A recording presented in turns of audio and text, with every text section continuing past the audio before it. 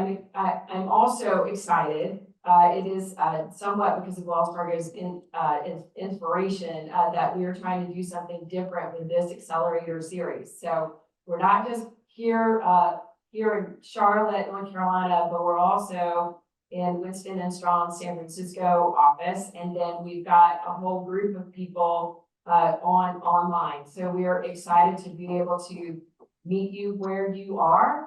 And delighted that you've taken the time to spend with us. So I'm going to spend a few minutes introducing our panel. I'm going to start with Rob Glantz.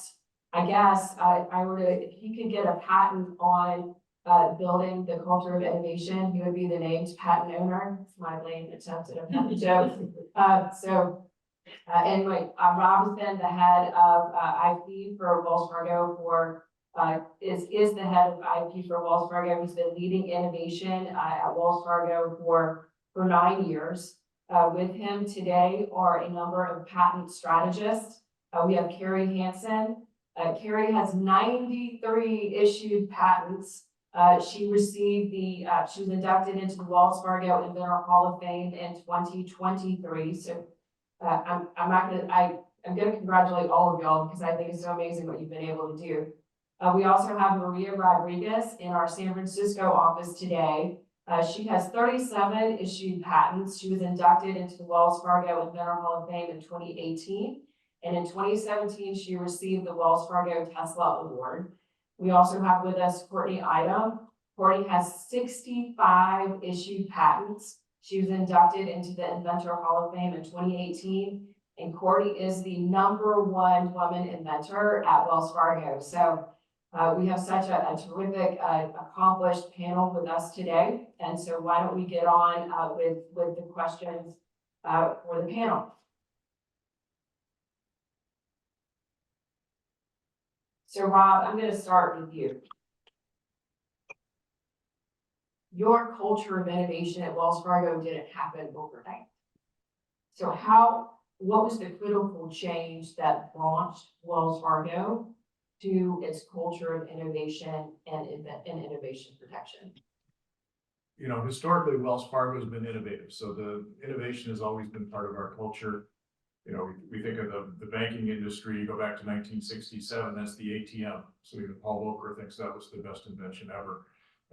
More recently, you know, probably more inventive in terms of the financial crisis and wacky financial instruments, but nonetheless, banking's been innovative and Wells Fargo's been innovative. What has been new is really the culture of protecting that innovation with patents. So banking, financial services, at least compared to other industries, historically not been dependent on patents. We're not in big pharma. We don't have products that require patents for market share. We're in the services business, and services is all about, you know, providing solutions to the customers. The big change for us to move into the patenting business, you had some legal changes along the way, but ultimately, as with most issues, you need to get the attention of the C-suite and the operating committee, and that's what patents did, and all in a bad way, right? So that's litigation. So all of a sudden you start writing very, very big checks. There was a couple campaigns in the financial services industry that rose up to the, you know, hundreds of millions of dollars and ultimately maybe $1 billion that the industry ended up paying in the patent cases. And that was new to financial services. That gets the attention, and we had some leaders that decided that, you know what, they'd rather write a check to build our own portfolio and get our own patents than write a check to somebody else in litigation. So with that as the tipping point, it really became, you know, how do we get a culture that was creating innovative solutions? How do we get that culture to actually go the next step to patenting? The answer was make it really easy.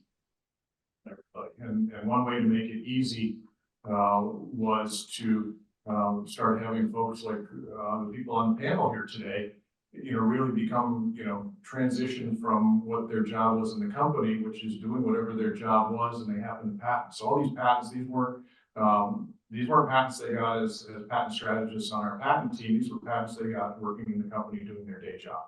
And so our message was everybody at the company can be an inventor. We make it easy on you, and then we have a team of folks here who had experience from an inventor perspective, and then they can reach out and really make patenting a team sport, so that we can take the collaborative culture that exists already and then bring that to patenting. I think now if you look at our patents, probably less than 10% have one inventor. So, you know, really everything we've come up with has really been a collaborative activity. Rob, you make it sound like it was a piece of cake. What, was there anything in particular that you can point to as the hardest part to get the initiative, the innovation initiative off the ground at Wells Fargo? You know, it was a couple of things, right? There's the issue that's always hard, which is you're asking money for something new, right? Something new, and then something that's futuristic. Everybody's focused on short-term priorities typically, at least from a budget perspective. So once you get money, the second part is how do you compete with a lot of other initiatives in the company that are important, a lot of changes. You know, certainly the last 15 years has been a lot of change in the financial industry. And that's really getting the attention of the senior leaders of the company to really tell everybody that, you know, it is part of your job. And so once you realize that it's not solely the job of the patent team, it's not solely the job of the couple of inventors sitting in R&D lab, it's really everybody's employee responsibility to one, be innovative and make it better for customers, but number two, to get the protection. And I think getting the message from the top, from the senior leaders, that it is recognized. It's one of the few areas right now in the company that if you're an inventor, you can actually get recognized by a senior leader at a town hall.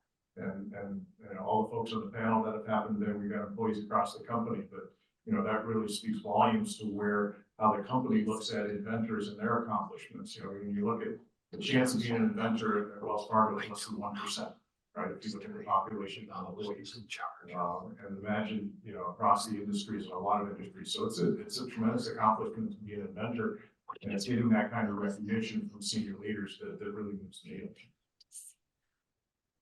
Rob, how do you stay in front of those senior leaders? You know, it's really helping them understand what we're patenting, why we're patenting, and really showing them that it's the key people in their organization that are participating. So it's a constant education for them. It's showing them the neat products when we keep introducing new products to the market.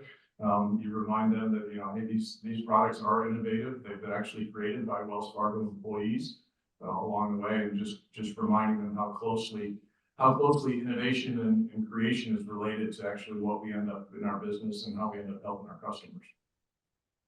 I'm going to turn the next section over to Tricia Rice. So Tricia is an associate on our patent litigation team. She is a former Eastern District of Texas clerk for Judge Schrader, and she will be joining, in my opinion, too soon, the Federal Circuit to clerk for Judge Ramos. So, Tricia, I'll turn the next section over to you. Thank you so much, Danielle.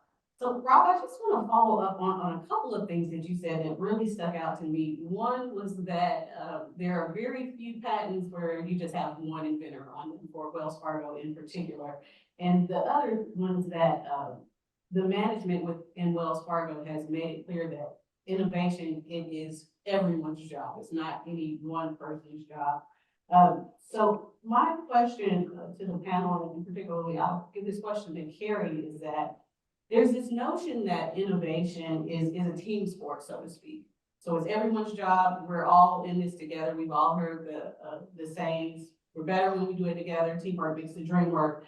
But what happens when you have an individual within the company who doesn't realize they're a part of the team? And so you've got someone, they've got great ideas, they have a brilliant mind, but they don't see themselves as an inventor. And so how is it that you identify someone as an inventor when they don't even see that for themselves? Yeah, that's a great question, because I would say most inventors don't think of themselves as inventors, at least initially, until they've done it for a little while. So our role really is to reach out and to find these people. So we do things like when we travel to different cities for different meetings or events, we'll host a meet and greet where we'll invite the people in the market that we're visiting or that we happen to have attorneys or patent strategists in to come on out and just meet the patent group. We don't even have like a formal presentation necessarily. It's more of just, hey, we've got coffee and donuts, come talk to us.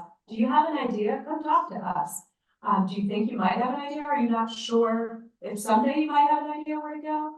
And we've had a lot of success in reaching out to different groups through the employee resource networks to invite them to these meet and greets. When we go to different cities, I know Courtney will get a little bit more into it around the Hispanic employee network, Black African American, LGBTQ. We have really sent out the invitation to everyone that like, we want to work with you. It's important to us to have inventor diversity, so we really want to meet you, and we want to make it a very low barrier for entry in that, you know, you can just walk in the door and have a conversation with someone. You don't need to set an appointment and, you know, pay a fee or anything like that. So that's what we try to do to encourage people to kind of come out of the woodwork and let us know this is something you're interested in. That's awesome.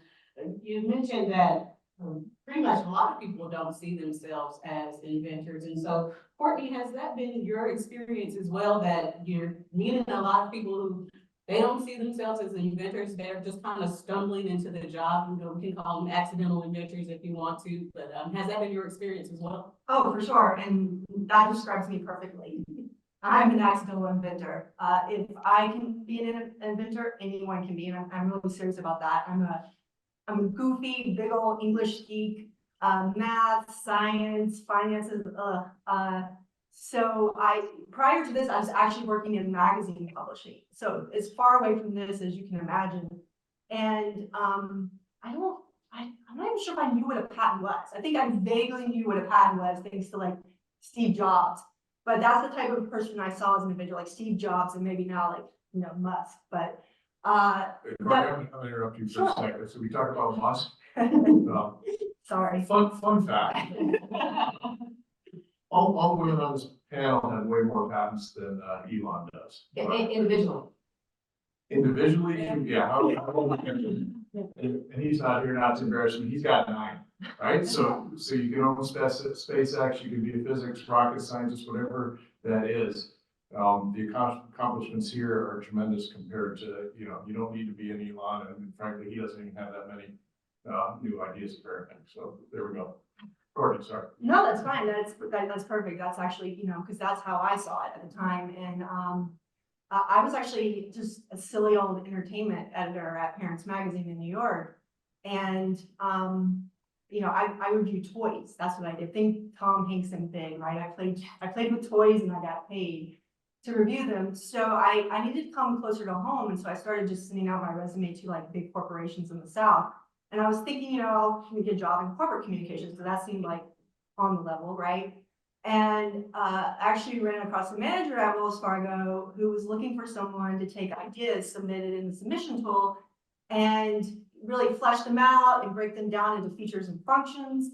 And I didn't really see the connection at the time, but that's essentially what I was doing as a product editor. I was taking a product, a toy, and breaking it down into features and functions and being like, hey, you should buy this toy for your kid, and here's why it's cool. Here are all the features and functions for why it's cool. So I didn't make that connection, but luckily he did. And so it was actually a pretty easy transition for me. And it was surprising, but easy and accidental. And another accident in there is my first patent was on augmented reality. And the whole reason I went down that road was because I thought AR was a cool concept, and I really hated Google Glass. I really hated all the products that were, you know, hyped as augmented reality. I was like, why doesn't it do this? Why can't it do that? And what I was really getting at was like future features, right? And so I feel like we all have those complaints, right? There's processes we hate, there's products, services that we have, you know, really features for. Our complaints are really features. So we're kind of at the beginning of our inventor journey. It's just, do we take that next step? Do we take those complaints and do we flesh them out into a new invention?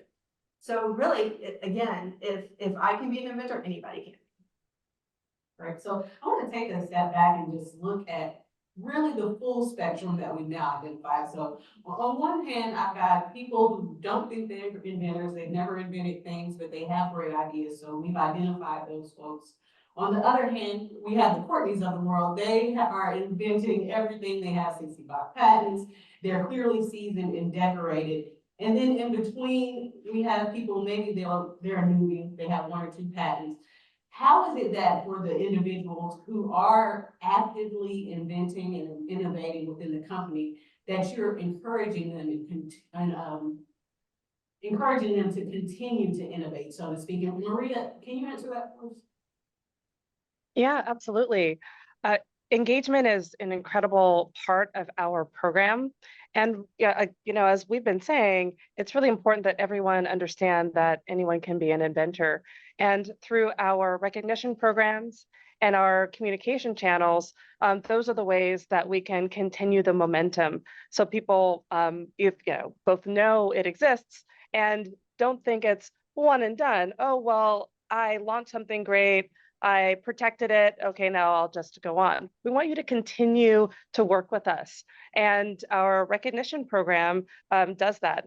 We have the Inventor Hall of Fame for people who have been named on 25 or more patent applications as a way to curate this extra special place where they are invited to additional events and just have a higher touch experience with us.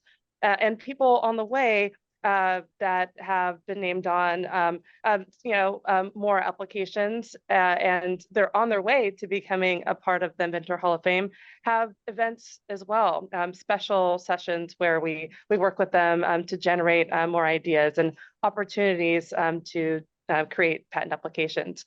So we want to make sure that senior leadership recognizes that this exists and encourage their teams to continue to work with us to protect their art and to create new opportunities.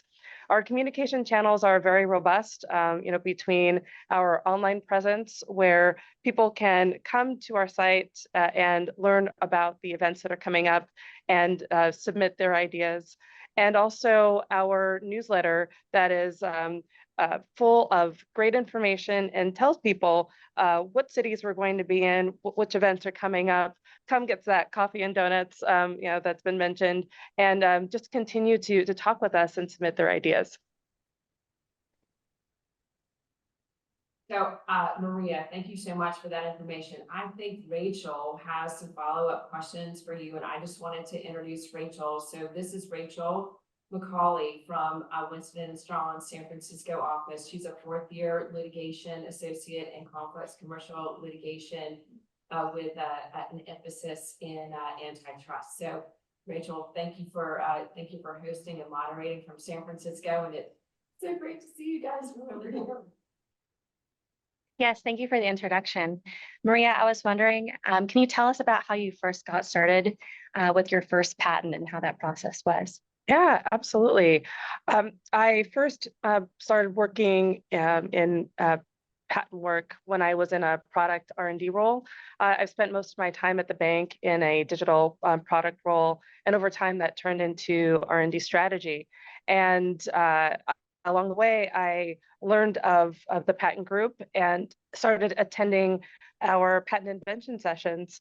And it was such a great opportunity to work with people across the enterprise that had different jobs that then looked like mine. I was more on the business side that had some technical components, but I was able to work with people who were in credit card or in mortgage or completely on the technology team.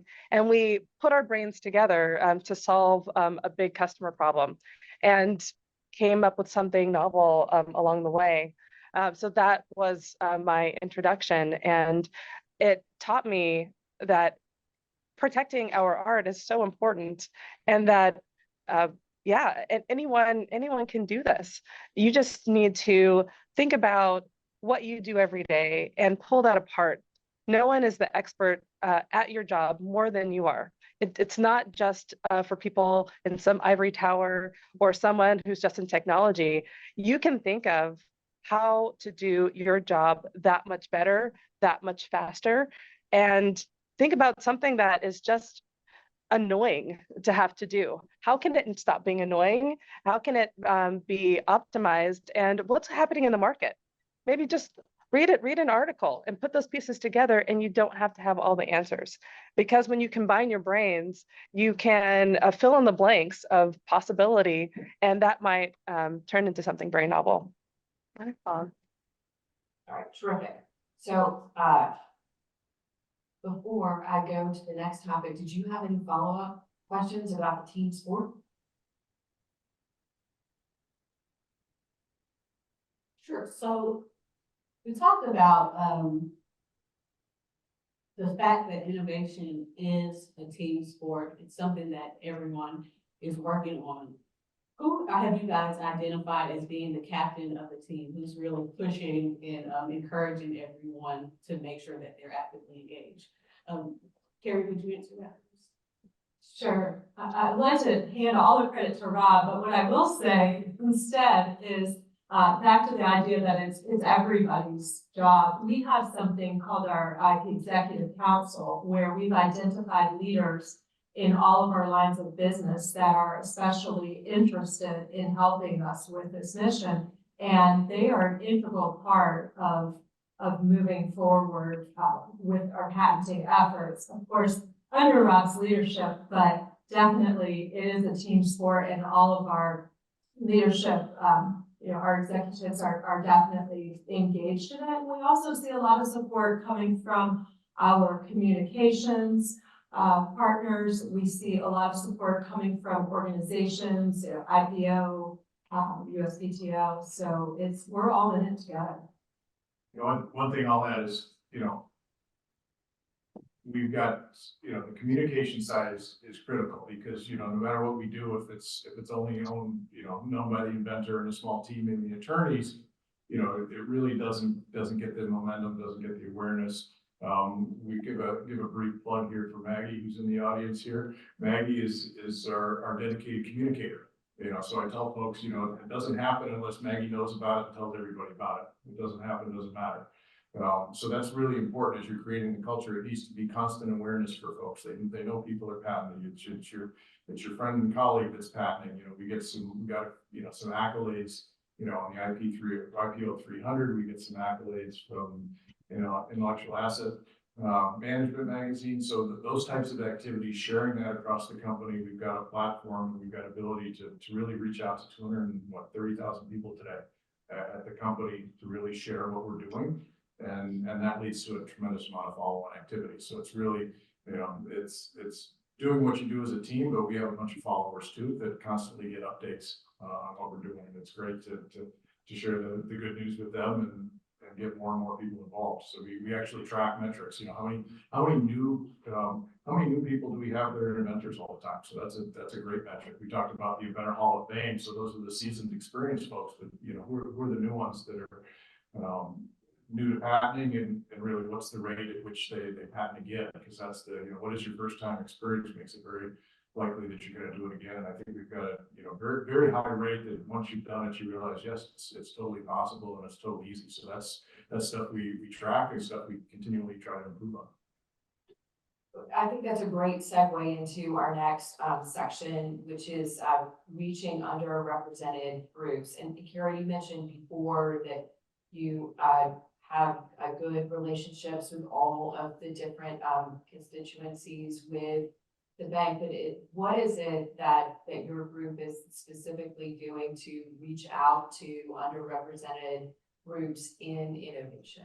Yeah, that's a great question, one that we think about all the time. And I guess the good news about this is that DE&I has really been a top focus for Wells Fargo as an organization for so long. There's a lot of interest, emphasis on the inclusion piece of it, and it's a message that's very easy for us to carry through as we are reaching out through different underrepresented groups. So we do a lot of work, as I mentioned before, with the ERNs.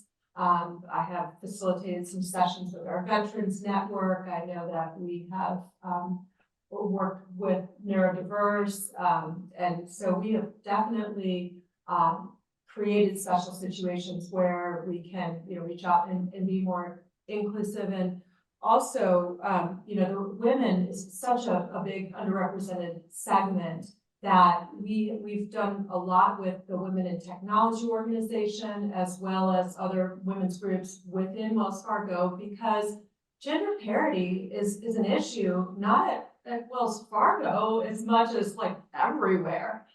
We see this across the industry. I think that the average coming out of the USPTO for women inventors who are named on patents is about 20%. Now, we're at 33%, but you know, that's good, but it's not enough. We need to keep going. We need to keep reaching all of the segments that may be underrepresented, you know, whether it has to do with age or role, you know, within the organization. We want to dispel the myth that it is just technologists that are doing the inventing. We've had interns named on patents. We really, you know, are trying to make that effort because we know it's important. We know the diversity of thought is important. I congratulate you on your 33%. I think that is an amazing statistic. I think Rob shared a number last year with me, and it was inspiring, and I'm so glad that you guys have the opportunity today to share this with the broader group. Courtney, I'm gonna ask Courtney, I want to ask you this question, and it is, when you are working in your role, are there particular strategies or efforts that you have that work better for encouraging women to participate in innovation at Wells Fargo? Yeah, sure. Of course. So I feel like one of the things is I have to speak very broadly, of course. But for myself, I know that I am more of a shaper. And in my experience, a lot of women in sessions are shapers. So what I mean by that is we're not really always the first to throw out an idea, but we're really good at shaping an idea, at adding features and functions to it, at building it out, at just, you know, helping the process along and adding our contributions that way. And, you know, a lot of sessions that I attended before in various groups before we had this group, there was the emphasis on let's just get the idea out. But we're very big on building on ideas. It's one of our tips. We should have probably brought the tips.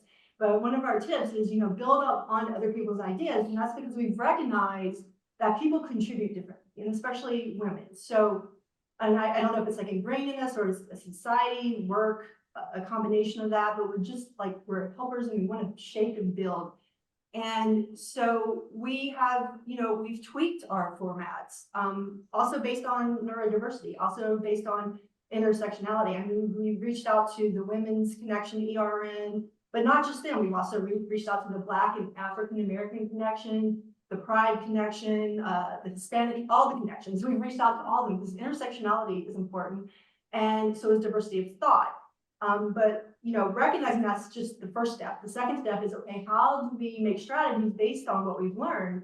And we still have a long ways to go, but we've been really good about tweaking it. We've played with the numbers. Women tend to do better in the smaller groups than the bigger groups. And again, speaking broadly here. So we've gotten better at tweaking our numbers, and you know, one of our big partners is WIT, Women in Technology. Carrie mentioned them earlier, and we both our organizations have a goal of striving for gender parity. Theirs in technology and innovation, us in patenting and innovation. So we've learned from each other. We've had the meet and greets Carrie mentioned with them. We've done like individual talks with their individual chapters across the country. We've even started doing podcasts, which is a riot because I try to do my best NPR voice, which I'm very squeaky and I don't really do well. Carrie's really good at it. But we bring in, you know, a member of Women in Technology who also has a patent. So we talk about their inventor journeys like I did, and it's really powerful and impactful to hear all these like amazing women and how they got there. And a lot of it boils down to like mentorship. Like there was someone in their organization, another woman who was like, you should really come to this invention session. So it's very important to have these partnerships. And Carrie, you know, you work with BOLD a lot. I can't remember what it stands for. Building organizational leadership and diversity. Very, very big program within Wells Fargo that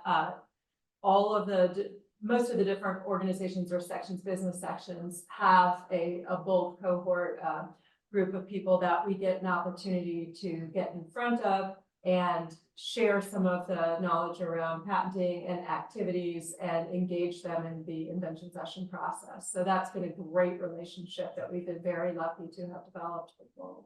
Yeah, and I feel like these are our favorite sessions because we do get to learn a lot from them. And as I said, we take strategies away from that. We still have a long ways to go, but I feel like, you know, we're very intentional with what we do, and we want to change, and we want to be better, and we want to provide an inclusive and more robust experience for everybody. So I think, you know, we're doing pretty well. Thank you for that. So Rob, just have a question for you on this topic. So Courtney mentioned the importance of diversity of thought. And as you've architected the culture of innovation at Wells Fargo, how has the notion of diversity of thought impacted what you've done? You know, apart from innovation, I mean, diversity is good for business, right? So we have a diverse customer base where our role is to provide them financial services, and we need to provide the services that meet the needs of that diverse customer base. So fundamentally, it's good for business. And the company runs, you know, better decisions, better outcomes, everything's better with diversity. Well, that's no different than with innovation. In fact, it's probably more important in innovation. So, you know, we think of innovation, you know, is identifying problems and creating the solutions. And as Courtney said, you find those features and functions in those solutions that are different, and then that leads to your patent. You know, so that's kind of the patent path on that. But, you know, it starts with, you know, what are the problems that you're solving? And we all have different problems. We all bring our histories and our lives and our experiences to us as we identify what the problems and the complaints that Courtney talked about. So that's the first step. And then the second step is, you know, we all come with better solutions based on what we bring to the table. And so it comes down to even just the logistics of, you know, Maria mentioned these invention sessions. So that's a collaborative environment. We've got a room where we're focusing on identifying problems, doing the solutions, while having a diverse group of folks in there. You know, you get problems that our customers are having more closely, and you get better solutions out of it. So it really becomes the core of what we do. You know, it's the demographic diversity, ethnic diversity, it's the diversity within the company. What's your role in the company? So really, every possible dimension of diversity really leads us to better solutions. And, you know, when it comes down to patenting, you end up a lot more successful doing that. So, you know, just looking at the 30% number for gender diversity, we know that 50% of our customers are at least are women, right? So we don't necessarily have that reflected. So when you look at the entire customer base in the US, you know, we've got room to improve. And we need to be developing solutions that work for those customers. So we try to replicate that through the innovation and the patenting process as well. I want to pick up right where you left off, Rob, which is that we have got room to improve. And so obviously Wells Fargo has successfully built this culture of innovation. But at large, we still have a big problem, right? And I feel like we would be remiss if we didn't take this opportunity to really just get some tips for success from you all, because clearly you've got a toolkit that is working for you, and we all want to make it work for us too. So we want to hear what you've identified in that has been really critical. So I'll start with I want to hear from everybody, because you all might have different perspectives on what the answer to this question should be. But we'll start with Maria, in that what have you all identified as being something that is really just mission critical to creating this successful innovation culture within companies?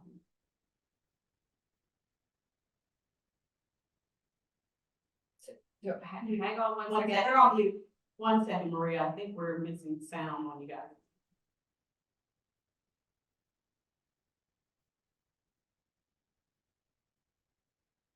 Muted.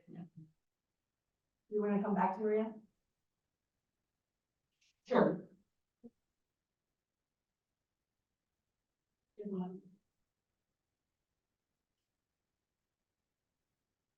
Oh, there we go. There we go. Good? You hear us now? Yes. All right. So it comes back to awareness. You know, as we've been talking about, if people don't know that we exist, then we are missing an opportunity. So that's something that we continue to build on. Just like any kind of product, you have to let people know that it's there and what it can do and why it's important. And that's why we are really passionate about all the ways that we engage and those communication channels.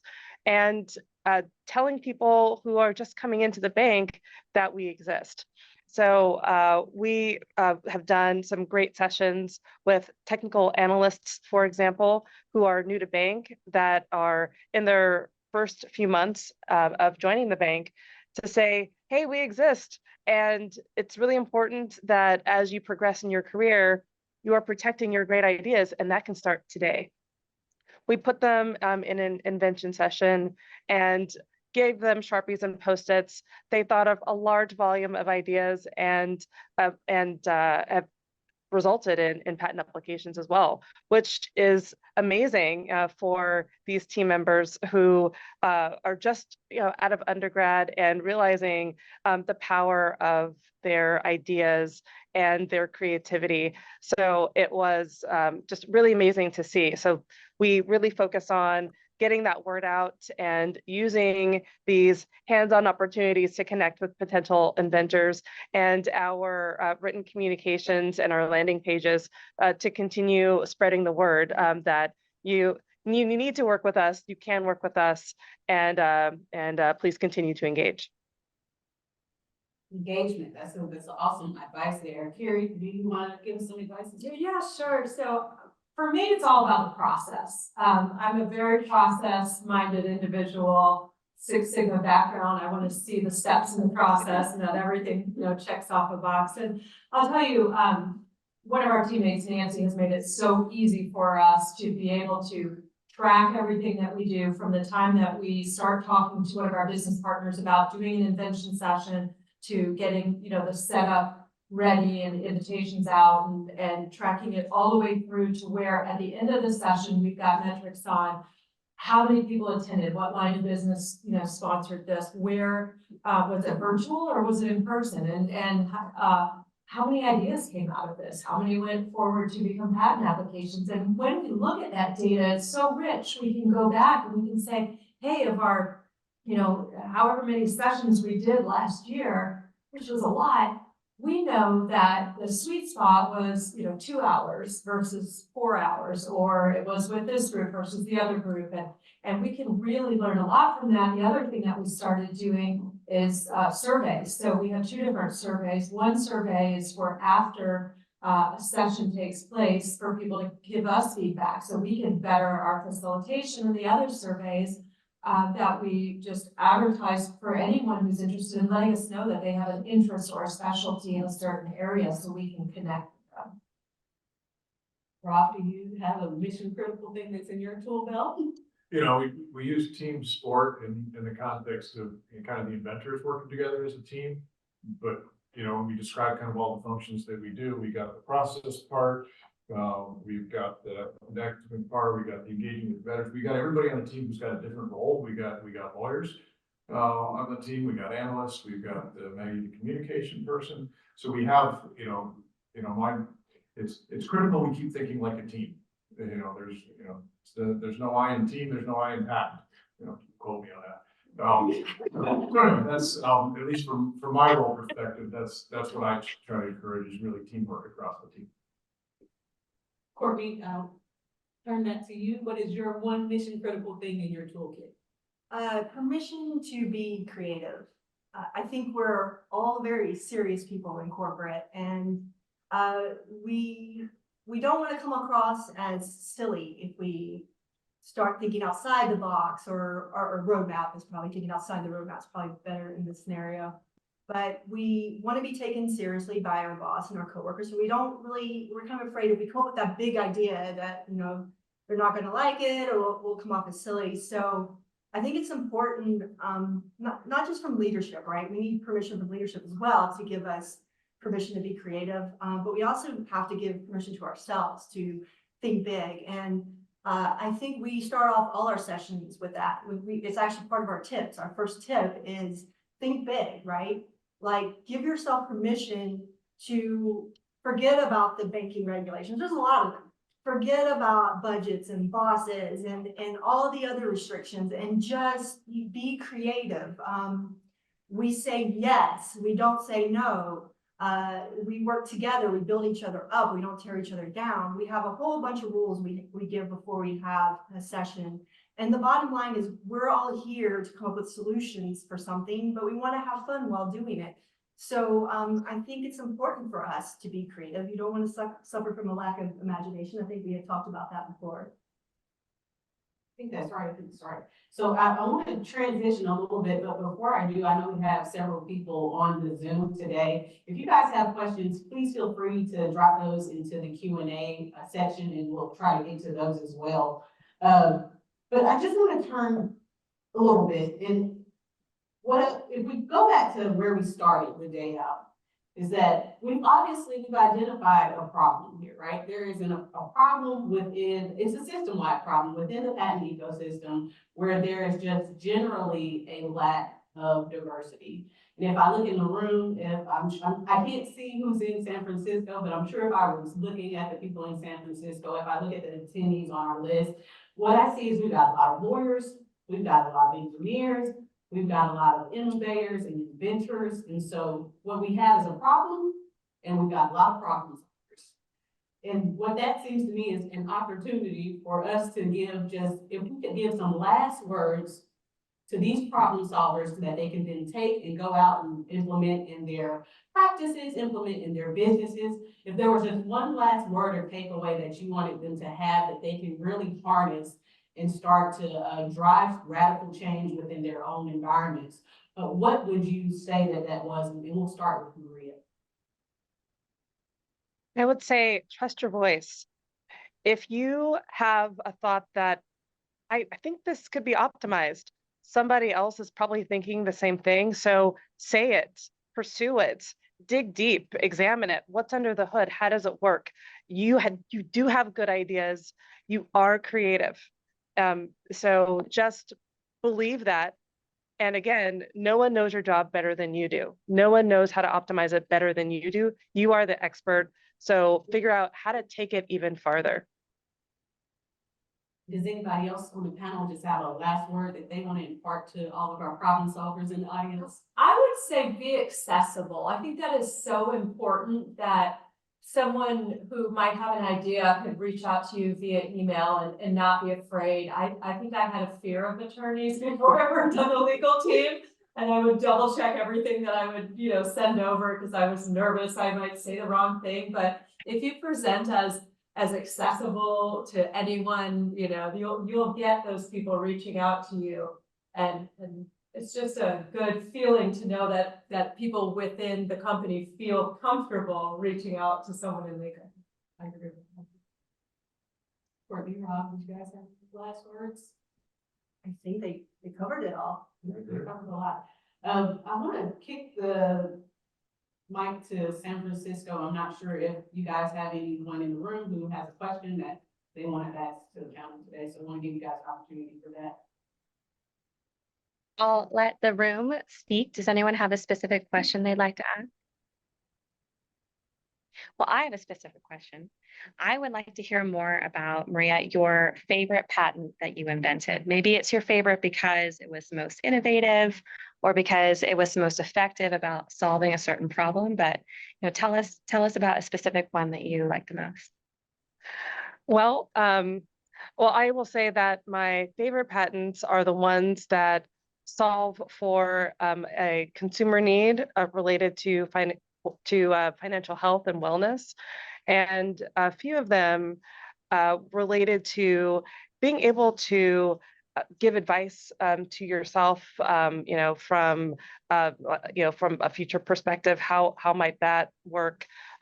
Being able to stay aligned with your goals by having some kind of visual representation of what that goal is in the moment, about having data at your fingertips when you need it. That is always topical for me, because it seems like that's what we all need in our life, to make things easier. Where is that data point? What is that tool right when I'm having that thought? And when we can have all that come together for us in that moment, that is what I get really excited about. So the patents that that I'm most excited about relate to that, just helping us reach our goals and stay on track with what our happy places for our life.